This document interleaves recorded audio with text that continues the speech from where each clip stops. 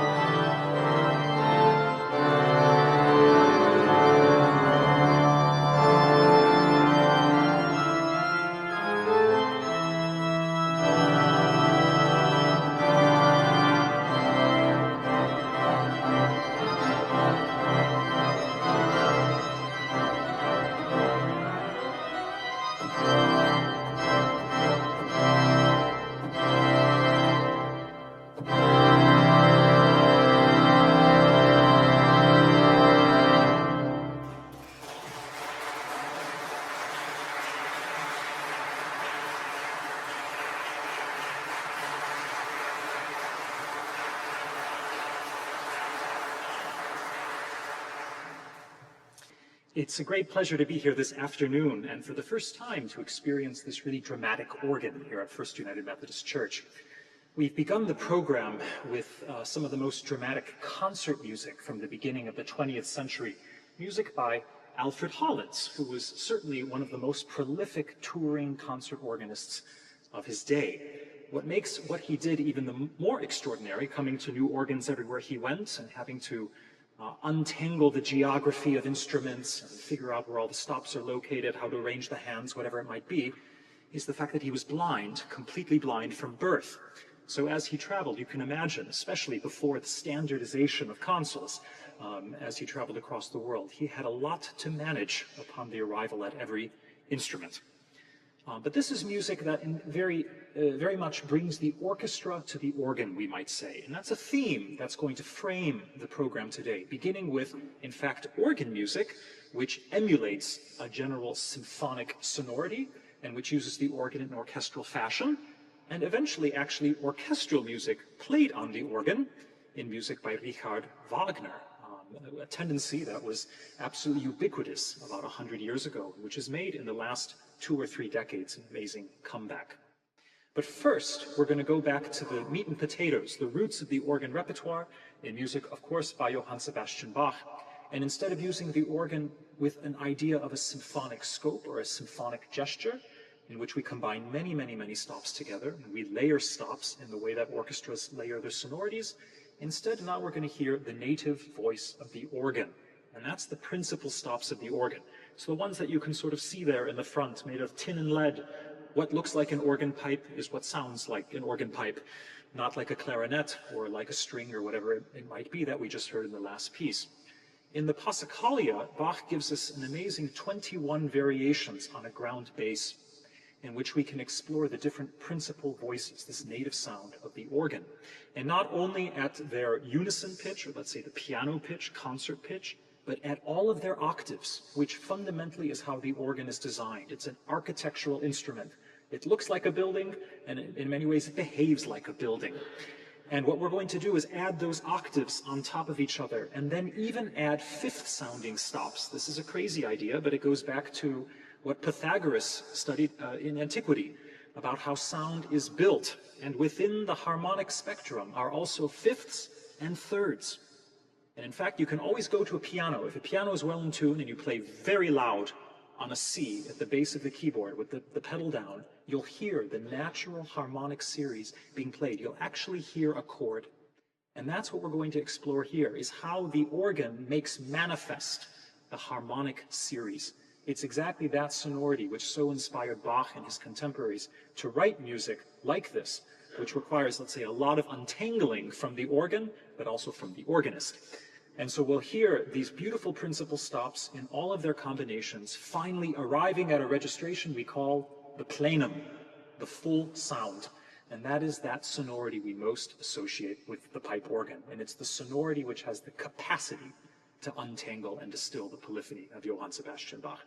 A Passacaglia is a set of variations. Passakai means it's sort of like to window shop. It's to walk at a moderate pace and to notice things. And that's what we do in this piece. We notice this art of variation. We notice the way in which he takes a very simple idea and brings it to all of its natural conclusions of dissonance, of harmony, of texture, etc. But what Bach does that's so unusual is that after having written already the most complicated and longest Passacaglia, he also launches into a 4-voice fugue, the most sophisticated of Baroque musical forms, in which every voice in the texture has an equal meaning to bring to the table. A wonderful musical discourse. So Bach's Passacaglia and fugue.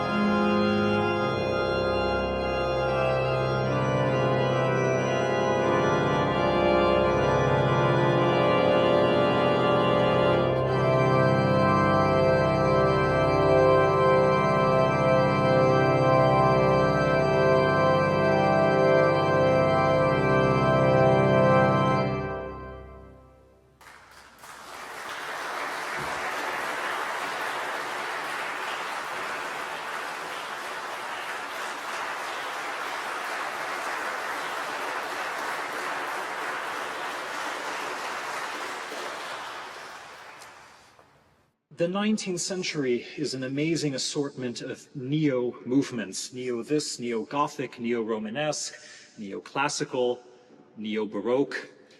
Everybody in the 19th century, in response to the Industrial Revolution and huge societal changes, was looking to the past to find solutions for the future in whatever way that might have meant.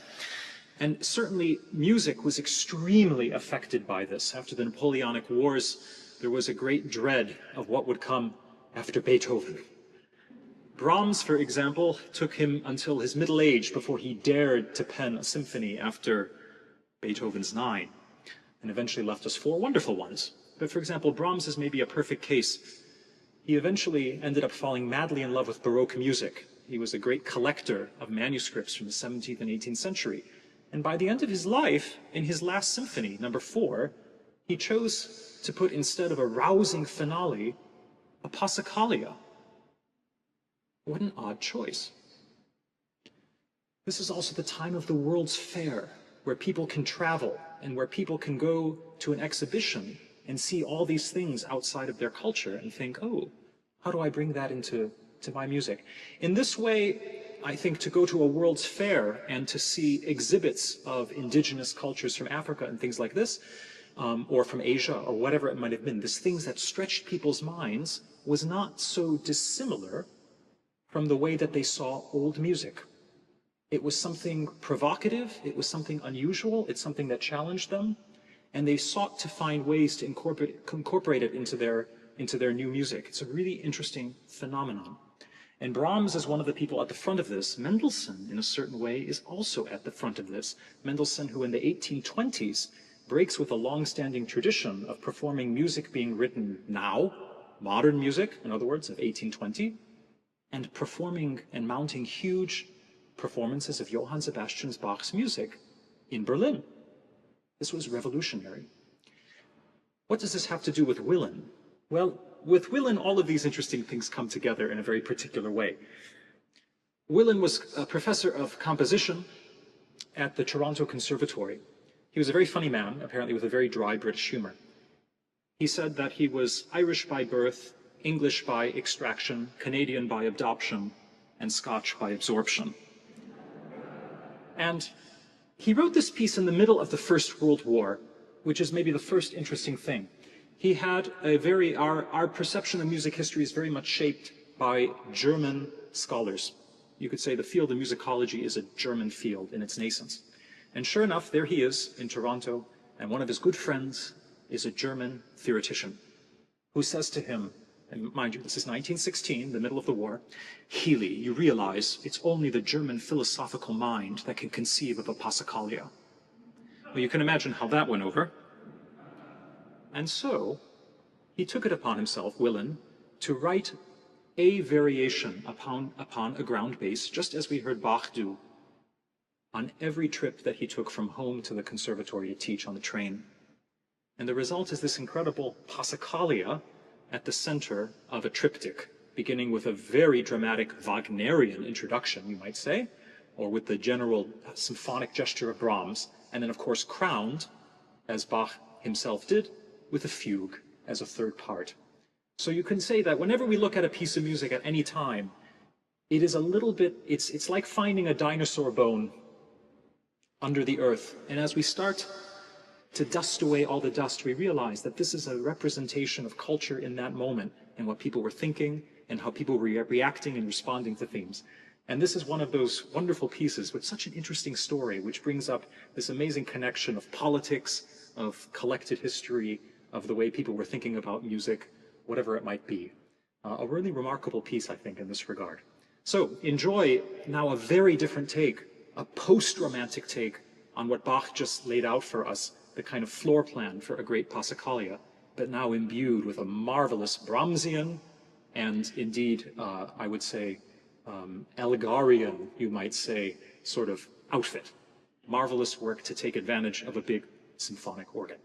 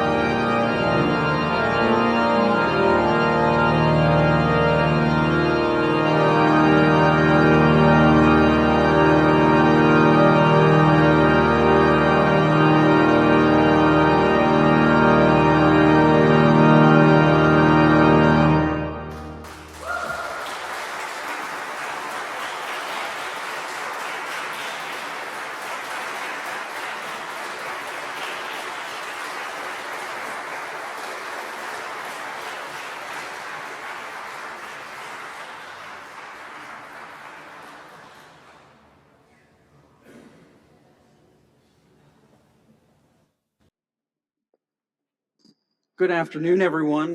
My name is Jason Locker, and it is a pleasure to be here with you today. I serve as the Director of Traditional Worship here at First United Methodist Church of Orlando.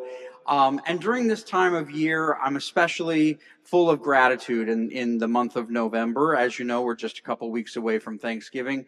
We're grateful for this wonderful place, this incredible instrument.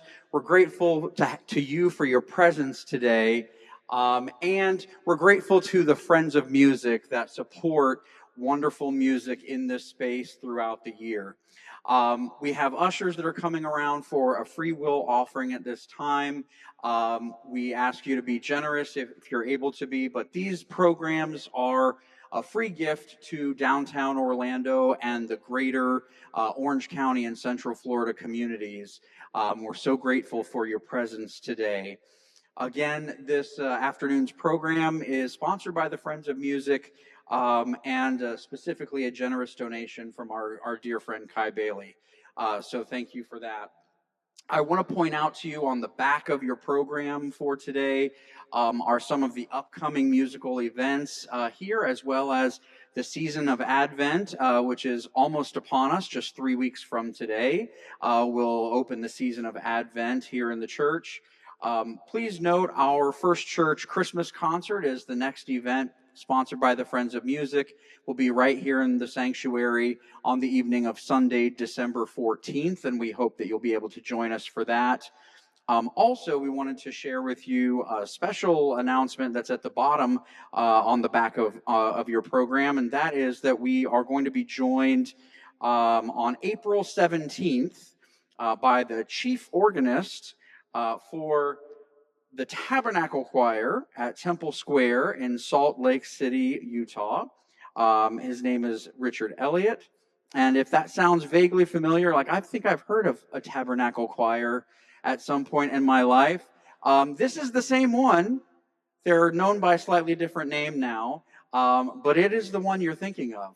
And they have a fabulous organ there. Their chief organist will be right here with us in our sanctuary in April, so we hope you'll join us for that as well. All right, at this time, we're going to take a brief intermission.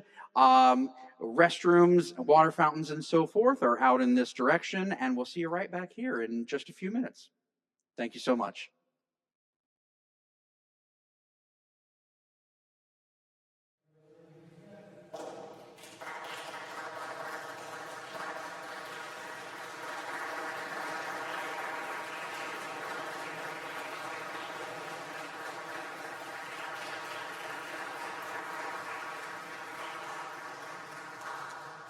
I feel like we special ordered the weather for the end of the Willen. It was really, it's not every day that something like that happens, and that's delicious. Perfect atmosphere. And it's perfect atmosphere really for the next two pieces too, which are interwar and wartime works from the modern French school. We begin with really a friendship here between two young guys who were in the class of Marcel Dupré in Paris. Dupré became perhaps the most famous organist of the first part of the 20th century. He toured extensively, a bit like Alfred Hollands, though he was not blind. For example, he was the first to play the complete organ works of Bach from memory in Paris. And he did that a number of times during the course of his life. He was a giant, and his students are as impressive as he was. And it just so happened that Maurice de Roufflet and Jean Alain were in the class at the same time. This was really the interwar period. They were wildly different personalities. Alain was someone who was characterized by an incredible wit, a sense of whimsy. He loved to draw fantastical drawings on his compositions of dragons and other sort of phantasmagorical things. He composed in fits of inspiration. Ideas would come to him, and like a lightning bolt, he would have to get them down on paper. Maurice de Roufflet could not have been more different.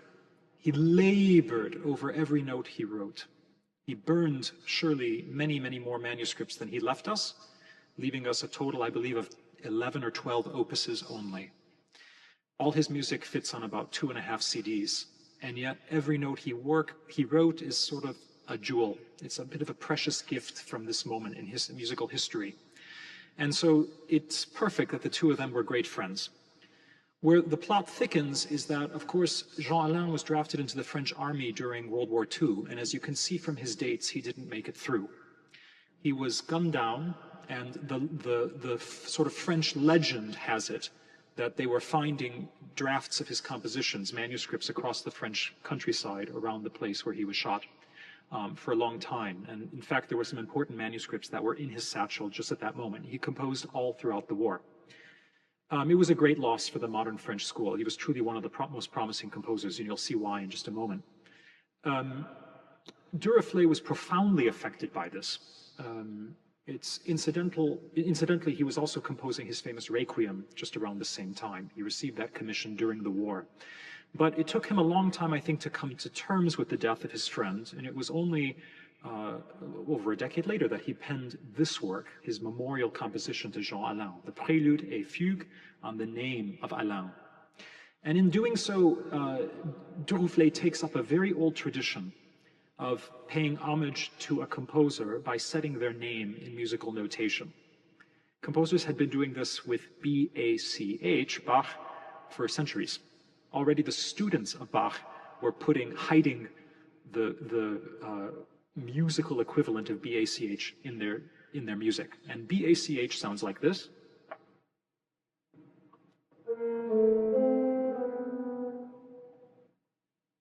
It's about as confusing as a lot of his music is. And this little four-note theme can be extracted. Of course, we have musical letters. And, music is made out of letters, so to speak. So B is B flat, A is A, C is C, and H is the German B natural. So that's how we get that. A-L-A-I-N, as you see, is a little bit problematic because we only have A, B, C, D, E, F, G in the musical alphabet, and in Germany you have H. Okay, but everywhere else you have a problem. So there's a continuation of the alphabet, which therefore gives you A-L-A-I-N as the following theme.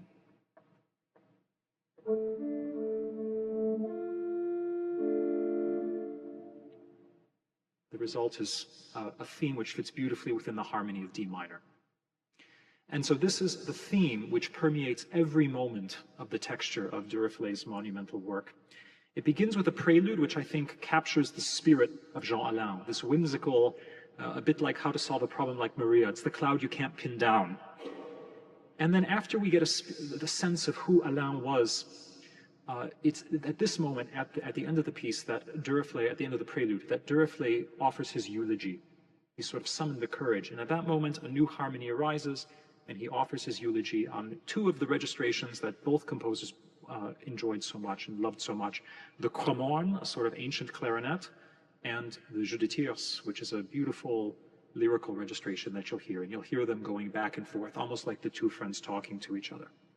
And then after the eulogy comes the fugue. This is where Duruflé erects the monument to his friend and chooses the language of Bach, you might say, and of the great 18th century composers to write surely the most masterful fugue of the 20th century for the organ, a real monument fitting of a great lost composer.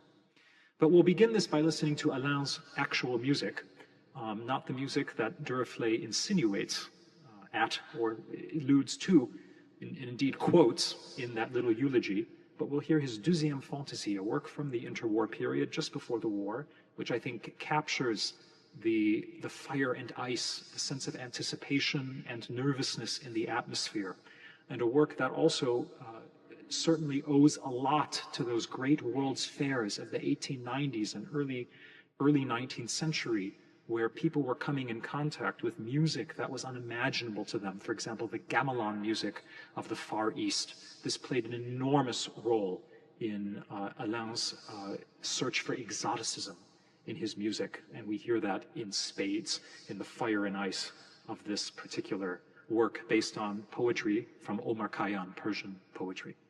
Alain's Deuxième Fantaisie, and then a work in his honor by Maurice Duruflé.